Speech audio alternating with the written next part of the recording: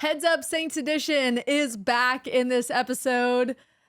I can't decide who has the better chemistry when it comes to naming that.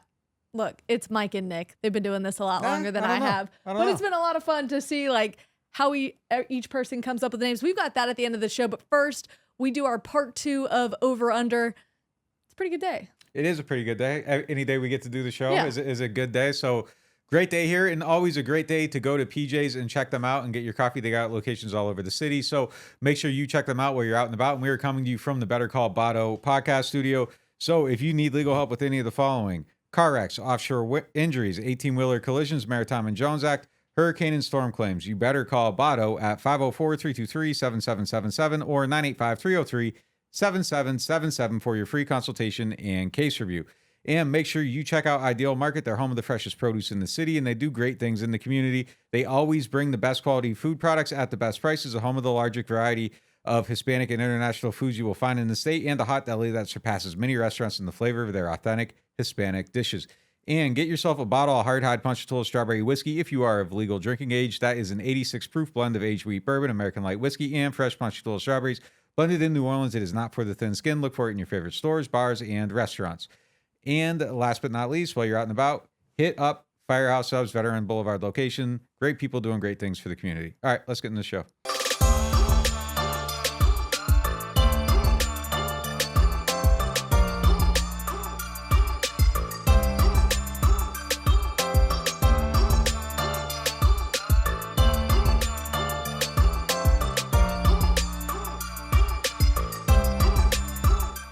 Part 2 of Over Under continues, Saints Edition. Let's just get right into it. Tyrann Mathieu, over under 4 interceptions. Again with the tough numbers. Mm-hmm. Hit 3 last year. He's hit 4 before. He's hit 6. He's hit 4 3 times in his career. I got to be the pessimist again and go over because I'm not going to pick push on here, but that's a good number. Am I bad to push to start off this episode? I feel like It's a little weak. It's a little weak. I'm going weak here then. I can't. You pushed I can't on the go last over under. episode. You struck me as I already lost one bet. You struck me as a never push guy, and I was already wrong about that. I push a lot. You pushed on your own line, which was the worst kind I push a lot of things. I'm a pushy guy. I don't know. That is a fact. So that wasn't meant to be a dig. Continue. So I wrote down push on my card. All right. So I'm gonna push. You set the line. Yeah, it's a little weak, but I think 4. And then Look, you chose I hate push. that I have push on the next one too. I'm gonna go Did not over. see I'm that. gonna take a stand here right. since it's the first topic of the show. I'm gonna go over. I'll go over just a little bit. Tyrann said he's gonna get 6. I don't know if I believe him, but I believe more than 4. So maybe he gets 5. Another interception question. Alontae Taylor, over under 2. That one's interesting because he had the one last year, got called back. There wasn't a lot of opportunities for him. The way he plays is kind of aggressive in pursuit, and I think it takes a little bit of finesse sometimes to make those plays. You got to time them and all that stuff. It's something he is working on. This also comes down to, like, where's he playing? Is he on the inside? Is he on the outside? There's a lot of variables here. Having said that, I'll take the over. All right. You feeding into the confidence a little bit? I'm feeding into the confidence. I went under on Marshawn at 3. I went under on Tyrann at 4. So it's hard to keep going under. I'm not a naysayer. I think they're very good lines. They're very good lines, Nick. I think Tyrann's going to get 4. I think Marshawn's going to get 3. I think Taylor's going to get 2. But I'm going to bet the under. If I was going to go over on any of them, I would rethink Tyrann a little. I think he's going to be a real playmaker for this team. But I'll keep with my unders. All right. Saints wins. Over under 9.5. Over. We kind of stated that too. We said they would have a 10-7 season, right? Nick's setting these. Okay, hold on a second. I'm going over 10-win season. Mm-hmm. I'm changing Nick's line. Hold on, bro. Are you over 9.5? Yeah. I'm changing Nick's line. I'm putting you to the test. 10. You got to pick over or under 10. What's more likely, 11 or 9? I think we all feel good about a 10-7 prediction. I'll go over. Yeah. I'll go over. If I have to pick. If you have to pick. Yeah, because I'm captain of the Mike Thomas dream team, so I'm dreaming that he's going to play every game. So for now, I'll take the over on it. Are you betting this on strength of schedule at all? I mean, somewhat. Yeah, I think that's part of it to a certain degree. I'm betting it on, I think DA is going to be a better coach. I think he has a better defensive staff. I think things are kind of more organized to how he feels he needs to succeed. They got a better quarterback. I'm just betting on all the good vibes kind of right now. It's June. You know, this is when flowers blossom. In the fall, things is that true? I don't know if that's actually true. Things start to wilt and die out in the fall, but summer's a season of hope. So I'm a hopeful guy. Yeah, look, I think the BetMGM line was 9.5. I think I saw ESPN predicted like 9.7 in some stat they had. I mean, if you're going to a casino, you can feel good that they're going to be a 10-win team, and I think you can place that bet and win money on it. But, boy, it just feels like the number that we've said a lot, 10, 10, 10. I would have a hard time betting money that they're going to win 11, but I'm more on the optimistic side too. And I think the night we did the episode and we went game by game through the schedule and we realized how many wins we think are out there for this team, it seems so attainable. It certainly seems attainable in the NFC South. It seems attainable in the NFC overall. So I feel really confident with 10. I'd feel a little less confident with 11. But these next two categories, I don't think we're all going to agree. Whoa. Over or under 10? Over. Okay. All right. Yeah. I thought we said. Oh no, you asked me over under. Let's all put a number. Put a number on it. What's 11? That's all I'm going. 11's your number. Is 11 the number you feel comfortable at, or what's the number? I feel comfortable at 10. Yeah, I think we all feel most comfortable. If the line was 10.5, I'd go under. And I say that because I think Carolina is going to be better than expected. Yeah, I would agree with that too. I think that any division rival that's trending up doesn't do well for your skill, but we'll see. We'll see what happens. These two next topics, I'm curious to see, because I don't think we're all going to agree on these.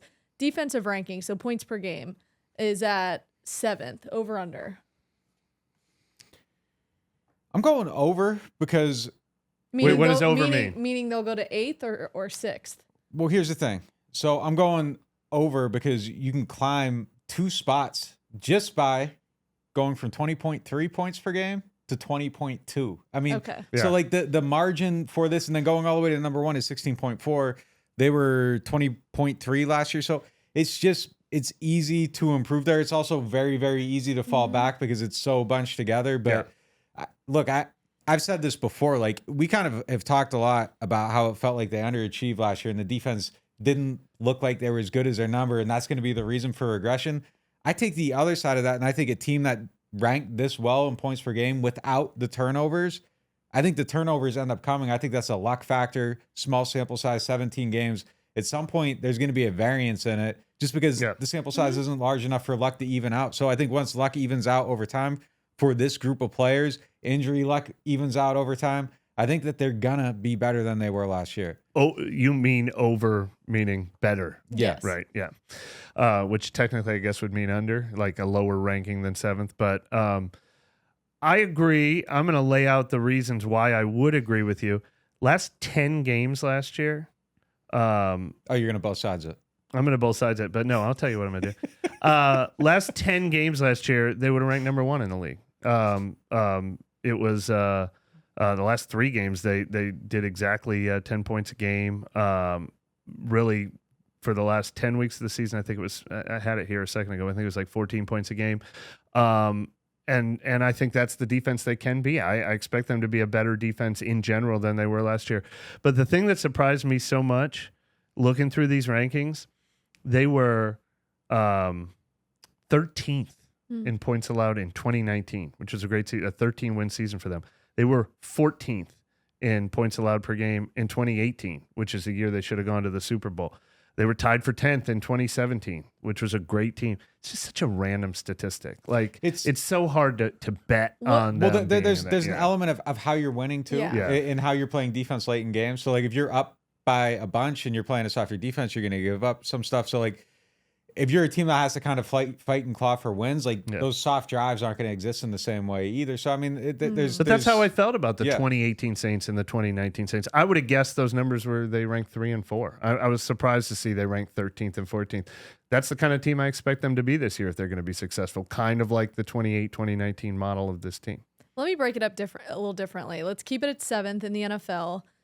rushing defense and passing defense, both at 7th. Where would you go over under on rushing and then passing if the line is at 7th in the NFL? Yeah, it's funny. They kind of went against trend last year. They ended up second in pass defense last year, and struggled a little bit in run defense after they were a top 3, top 4 run defense every year from 2017 on.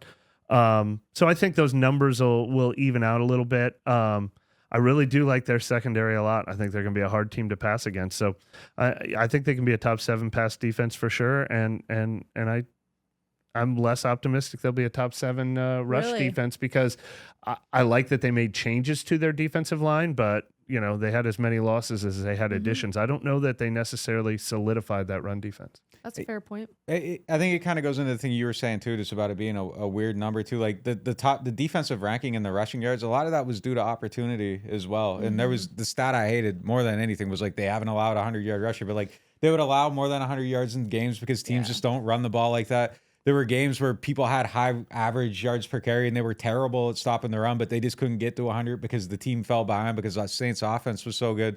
So there's wonky stuff in there that it just kind of skews numbers a little bit. But I don't think their run defense is going to be that good. I don't think their linebackers are, I think that they were peak level in 17, 18. And I don't think that they have, peak level DeMario Davis anymore. I think that's a little bit different. Still think he's a really good player, but there's just elements to that I just think aren't as good as they were. I don't think their defensive line is as strong as it used to be. Cam Jordan was a better player in 2017 than he's going to be in 2023, just based on age, prime, human genetics. Still a really good player. But again, I think there's just stuff that took a step back. We don't know what their interior defensive line is going to be. I think Kalen Saunders might be really good, but I got to see what he can do in an expanded role. He didn't have that in Kansas City. So under on run and over on pass or whatever. Pass defense will be better. Run defense will be worse. I think we agree on that. You? I would agree. Again, it's bizarre because they've always hung their hat on being a good run defense. So I will say this. I did both sides. It's just such a weird stat that I tried to research. Defense has always been like that. Yards is no more predictable. Yards is kind of wonky. But whatever the metric is, if you like Football Outsiders, DVOA, or if you think somebody has a really good stat, I think this will be a top 7 defense in the NFL this year. I definitely do. So do I. All right, let's head over to the other side of the ball. Offensive ranking, points per game. They're predicting the Saints will be 15th in the league, over under. We had a previous episode where we said that's what they have to be. I think earlier this summer we said in order for this team to have success, that's like the threshold they have to hit. And I think they will. I was stunned, even in what feels like the worst offenses I've ever watched in New Orleans the last 2 years. They still ranked 22nd last year and 19th the year before that. So I guess it's not that much farther to climb, and I think they're going to climb a lot farther. I think this team is going to do a lot better job putting points on the board. I like the quarterback. I like hopefully the healthy offensive weapons and the depth of offensive weapons they have. So, yeah, I think top 15 in points allowed. Yeah, I agree. I mean, they're going to be better. Points scored, sorry. They're going to be better. They're going to be better than they were last year. What were they, 22nd? 22nd last year.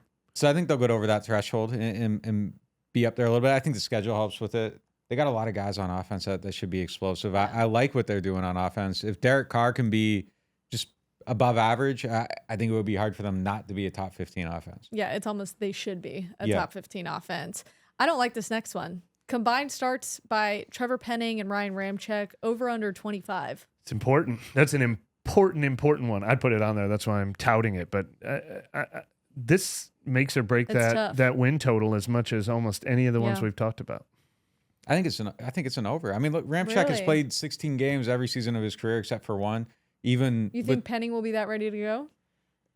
9 games in the season, if we're gonna guess 16 for Ramczyk, yeah, I think they'll hit it. I think he'll play. Like, the question is he gonna be good? Like, I think it's fair to be concerned because his foot has failed him twice in a very short period of time. So it's fair to be concerned. It's impossible for me to kind of make the guess that he won't play. Like, I don't have anything to base that pessimism on yet. So I kind of have to veer towards like he'll be okay until he isn't. I think back to that Texans preseason game. There's a lot of missteps for Trevor Penning in that game, if you can remember. And he had like high volume of, I don't remember the exact snap count, but I mean, it might take him a while to get back to a starting left tackle. Yeah, well, look, he has a lot of work to do to get there. And I talked to Doug Marone earlier this summer, and he was frank about it. He's like, look, a lot of people will tell you that you can get the mental reps, you can be in the classroom, everything's going to be okay. And then it's not. Like, you got to go out on the field and play and actually do it and go through the steps and practice the things we're working on and all that. So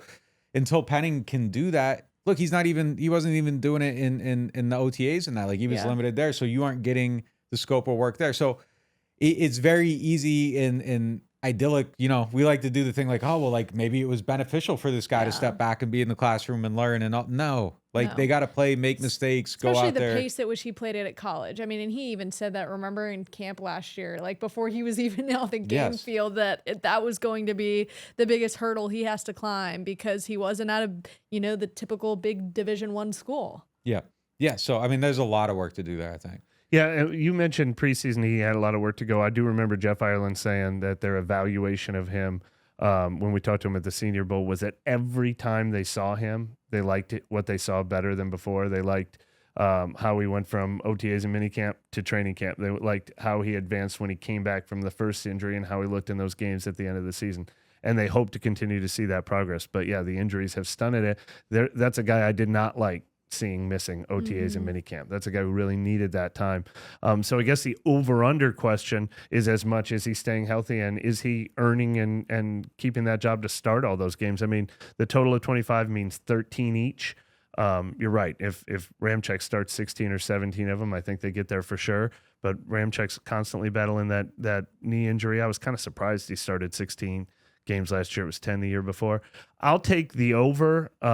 But I set it at a line where if I had added one more to it, I might take the under. But I think if they do it, if those guys both start at least 13 games, I think this team's in really, really good shape. I think that's one of the most important ones that we've talked about. Oh, no question. Yeah. It's the pressure point of the whole entire team. This one's kind of a curious one. Kendre Miller, over under 500 rushing yards. I'm taking the over. Yeah. Yeah, I mean, if Alvin's going to miss time, I think he gets to 500 pretty easily. Even if Alvin doesn't miss time, I think I like the way he plays football. I think they want him on the field. I think he's going to force his way on the field. The dude, like he's going to be a better, more explosive runner on some of the carries. Like I think he's going to earn snaps even when Alvin's back.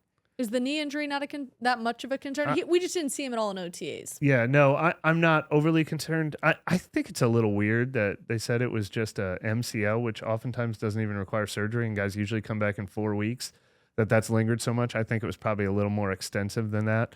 But the timetable all along, I mean, they felt comfortable enough when they drafted him to draft him that high, and to say, yeah, he's not going to be back for OTAs, but we obviously feel good about his medical outlook. I'm going to take the over on 500. That's 30 yards a game gets you there. And I don't think he'll have 30 yards every week, but the games that Alvin misses, he could have a 100-yard game, and there, you're 1/5 away there. So I think he's going to get there. But this is an incredibly difficult math problem that we've talked about in a number of different ways throughout this entire summer, because the Saints' history of rushing yards is pretty consistent. They usually hover right around 2,000 rushing yards. There was 1 year, 3 or 4 years ago, where they hit 2,200, but then the year before that, they were at 1,700. Almost like clockwork. It's like 1990, 2020. Like, I mean, it is right around 2,000 yards. I feel good about him getting 500. I feel good about Jamal Williams getting well over 500. I feel good about Alvin getting over 500, even with the suspension. Taysom Hill had 550, 575 or what it was last year. It doesn't add up. I mean, those 4 guys alone would have to all get 500 yards, and that would have to be the whole rushing yards for the whole season. Somebody's not hitting that number out of those guys. Here's why I kind of like it for Kendre, though. Like, if Kendre starts cooking, they're going to be motivated that they want him to be better than everybody else. They want to be able to say, okay, Jamal Williams is, okay, he's taking a back seat. Okay, Alvin's expendable going into age 29, age 30. If Kendre plays well early in the season in this open window, I don't know that anyone's shutting it on him. I think if he opens that thing up, it's staying wide open. Right. So Jamal Williams could oddly become the odd man out. Alvin could become marginalized as far as ball carrying. I mean, you could still use Alvin very effectively in different ways, but and I think they want that to happen. Yeah, I think that's the motive. That'd be great. That'd be great. Yeah, just shift it all over to Alvin and Jamal catching a bunch of passes. Like, I don't think anyone's going to get touches off of like legacy reputation. Yeah, it's going to be decided in 23. I still hope that they don't just do the easy thing and take those Taysom snaps out of the playbook, which is what I'm worried they're going to do. Well, because of that, I actually am leaning more toward under for Kendre Miller. Carl Granderson, 5.5 sacks, over under. It's his number from last year, and he did it all in the final 8 games. When he started 4 games, basically took that job away from Marcus Davenport. Young player, ascending, you would think that means he should just go up from there. But I'm still a skeptic. He had 5 in his second year, too. Yeah. 5.5 still feels like a big number to me. I'm gonna go I under. agree. Well, this is his 5th year now. Yeah, it feels like he's been I'm around leaning longer under than as that well. even. Yeah. It's got to be over because of the way they built their team, but push. You know, we could add in too there, Tano Passanio. Yeah. Under whatever the number is. Yeah. I mean, because I think Foskey's going to, I mean, Foskey and Peyton Turner, we talked about in the last episode, are the guys on the rise. I mean, if Tano is getting 5+ sacks or something like that, then that means guys aren't developing as they hoped. Yeah. Well, then who's getting more PT, Tano or Carl? Oh, Carl. Granderson. Yeah. Carl, for sure. Yeah. All right. Tano's like, what would you say, 3? What are you saying? His sack total, like we were setting on line 3? Yeah. He's probably with all those other guys who were right in that 3.5 3.5 level. Yeah. All right, Demario Davis, over under 105 tackles. That was his number. That's the lowest number he's ever had with the Saints. Last year he was 109, 105 the year before that. He's never gone lower than 105. Does the bottom finally drop out on him? I'm taking the under. Yeah. And it's part of it's the same reason I said with Werner. I think they're just going to be a better team on offense, which limits some of the run plays on defense, which limits some of those opportunities. Pete's a guy that has a lot of range now, so DeMario's not going to be cleaning up as much. I think Pete's going to be more of the cleanup guy. So I think that we start to see that shift a little bit to where, one guy's kind of meets with another. So I'm going to take the under. I'll take the over. Obviously, that's stupid to bet on a 34-year-old continuing to play at the all-pro level that he's already beaten Father Time a million times. Eventually, that bet's going to be wrong. But nothing's taking DeMario off the field. The Saints aren't going to take him off the field until his body doesn't let him play. And if he's on the field for 17 games, which he usually is, he's going to hit that number. And we get into our last guy, Paulson Adebo, over under 5 starts. And that really gets into our ideal market segment of the week. What's the ideal scenario with Paulson Adebo? And ideally, how do you use all of these defensive backs, Alontae Taylor, Paulson Adebo, Marshawn Lattimore, Bradley Roby? How do you ideally get all of them on the field? I'm taking Alontae as a starter. I got my money on Alontae. I'm buying that DA wants to have all 3 on the field somehow, though. But they're really putting a lot of work with Alontae Taylor. Nickel slot. included, Nickel could include. It depends. I mean that's the thing with starting and on first down in a lot of games, you're going to see the 12 personnel, which means there's only going to be 2 cornerbacks, and I think if there's 2 cornerbacks, it's those 2. But like if we're saying is he going to be in the starting 3, which. Like, I don't know. I guess we got to define the word start here. Yeah. Like, Well, so what here's, was your vision on I it? wrote this. The first thing I did was who's going to start more games, Paulson Adebo or Bradley Roby? And then I kind of changed that because we think Roby's going to be in the nickel. I think we think Alontae's going to start. And then I just made it 3 starts. Does Adebo get on the field at all? And then I remembered 1 IR stint for anyone is an automatic 4 games. So I put it at 5, more than an IR stint replacement. Alontae Taylor missed 4 games last year. Will he beat anybody out? Or does he just not beat out Roby or Taylor unless there's an injury? I'll just take my strong stand here instead of hedging it. Like, right now, if I had to place a bet, like it probably would be, I would say Alontae, Marshawn start. Alontae moves inside. Adebo goes on the outside, and that's how they roll with it. But I actually think ultimately the way this thing plays out, like if you're asking me who I would put on the field and what I think the best 3 is going to end up being, I think Roby's going to be a better slot. I think Alontae is going to be better on the outside. That's how I would probably do it.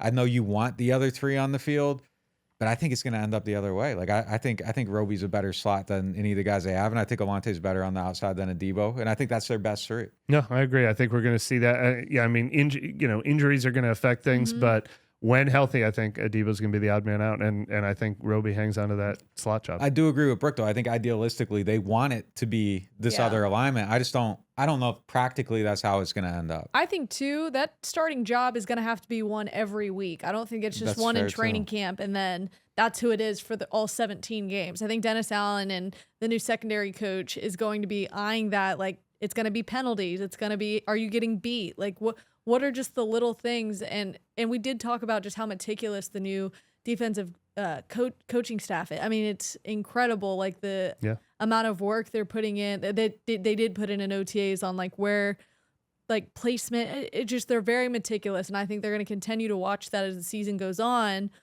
Alante Taylor, I think we can all agree, maybe has a little bit more of an edge over Paulson Adebo, but Paulson Adebo still has a lot left in the tank. He can turn it back on and surprise us all like he did in year one, how Alante Taylor did. It's kind of been like that rotation. Year one, these cornerbacks just pop. Maybe Paulson Adebo gets it back. We'll see. In fairness to Paulson, too, like he battled a lot of injuries last year. So, I mean, that's something as well. But to your point, like I think it might even be like half to half. Like if someone's out there getting cooked in the first half, like they aren't just going to. No. We've seen them do that. They'll rip them off the field. Like there are no feelings spared when it comes to that. I got a little distracted. That was an elite snap. That was an elite snap, by the way. All right, moving on. We're bringing back one of the triplet family household favorite games. Heads Up Saints Edition, when you guys liked it, wanting us to potentially even sell the game or give it out. Oh, yeah. No, and like, to be honest, we'd really just be selling the NewOrleans.Football cards. You can write the names of the players on your own card. Don't let people know they can. We were going to go 1995 for that. I know. All right, so what we're going to do is like kind of round robin style. Everybody will work with everybody. Okay. We'll see who's the most like... Who's on the same wavelength? All right. Okay. Here we go. Who wants to give me clues first? I'll give you clues first. All right. I got it. All right. I'll do the timer. You see the comment section on this timer last go around? Yeah, it was questionable on a couple times, but hey, some of us got 48 seconds. Some of us got a minute. Oh, wow. Okay. The missing 12 seconds was editing out an F word when he missed a player, but you know, people don't need to know that. Oh yeah, sorry. Yeah, we need the mic. It's okay. All right, and go. Artistic guy was with the team in 2015, got traded away, went to Miami. Wide Kenny receiver. Stills. Yes. Artistic, that's good. Linebacker, leader of the team. Damari Davis. Yes. Had to use nature in London. Deuce McAllister. Story for another day. Closed mouths don't get fed. Brandon Cooks. QB1. Current Derek Carr. Yep. Hall of Fame linebacker. Sam Mills. Ricky Jackson. Yes. They got two of them. Make sure you're facing a little bit. Linebacker 2. Pete Werner. Yep. What is with this draw? Small guys. Laid down in the end zone to hide on a kickoff. Tommy Lee Lewis. Yep. Fill in left tackle. Does everything. James Hurst. Yep. 4, 3. Safety, not 2, the Badger. Tyrann Mathieu. Marcus Smith. Yep. Oh, we got it. We got it. What do we got? This is a new record, by the way. That is definitely a new record. That was insane. Don't talk about my clues next time. 2, 3. I taught you. We're a good team. Teamwork. It's like Derek Carr working off to the you side. Right on my there clues. we go. You say that on my clues. I gave better I'm clues. saying you're allowed to say more than one word. I got you. It's like Derek Carr correcting Chris Olave in the end zone. We went back and we got 1, 2. I can't even count. We got some. Brandon's got it. 10. 3, 4, 5, 10. 6, 7, 8, 9, 10. Beautiful. Yep. All right. Now, how do we? All right, you two. How do we rotate? You two. Let's do it. Okay. I go up. Sure. Hand the cards to Nick. All right. Got a new, like our new setup here is like. Yeah. It's different. It's different. Yeah. All right. Are we ready? Wait. So he has to put him up so the camera can see him. You guys have so many more years on me that every time we play this game, it makes me nervous. You'll be good. All right, Man, Nick should. 10 is underachieving. All right. Here we go. 3, 2, 1. Wide receiver, free agent, new one. Mike, Brian Edwards. It's upside down. Tight end to Denver. Big Fish, Adam Chapman. Kicker. Will Lutz. Last year's quarterback. Jameis Winston, Andy Dalton. Drafted running back. Kendre Miller. Last year's quarterback, the other one. Jameis Winston. Wide receiver that's teetering right now. Traquan Smith. Old linebacker, gorgeous blonde hair. Alex Anzalone. Yep. Tight end / running back / backup Taysom quarterback. 10 seconds. Old safety.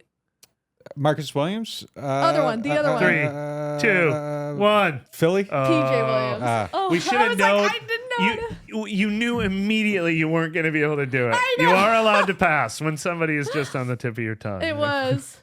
How did we do, Brandon? 9? PJ. It was PJ right there. Williams. All right. We're getting good at this. Brian Edwards made me nervous too, and I was like, ooh. No, you got that one. Okay. You got that one for sure. Who we All right, Brooke and me haven't worked together yet, so here we go. Okay. Oh, clock. got the clock? Who has the? Wait, which way is it? They're Hold on. they're correct with the yeah. So, like, is it this way? No, it's the opposite of what you just did. Well, look, they're. Well, I know, but look, Okay. that's up, that's up. If Okay. that's up, that's That up. would've been a Sorry, good Jay one. Kaner, Sorry, you're not Jake. going to make the cut. All right. All right. Linebacker trying to make the team is the Sam right now. Zach Bond. Yep. Center. Eric McCoy. Former quarterback and WWL personality. WWL personality. Yeah. Former quarterback. T-Bob's dad. Oh, Bobby Hebert. Come on. Wrong way. I did not see it. The brand new defensive tackle they got from the Chiefs. Big guy Defensive can tackle from move, the Chiefs. can backflip. Oh. Pass if it's yeah, on the pass. Yeah. Longtime former running back who's currently unsigned. Mark Ingram. Yep. First round draft pick, defensive tackle. Brian Brzee. How we doing? Nick? Running 15 back that they seconds. picked up last year mid-season now is fighting for a spot from like the Texans and oh, the Cardinals. Yeah. Benjamin? Yep. Quick. The receiver, former first-round pick that was with them the last couple years, big guy, dreadlocks. Marquez Callaway. No, former of town. first-round pick. Oh. Kevin White. Mm. He wasn't a. Hold on. What'd Where you was get? Marquez Callaway?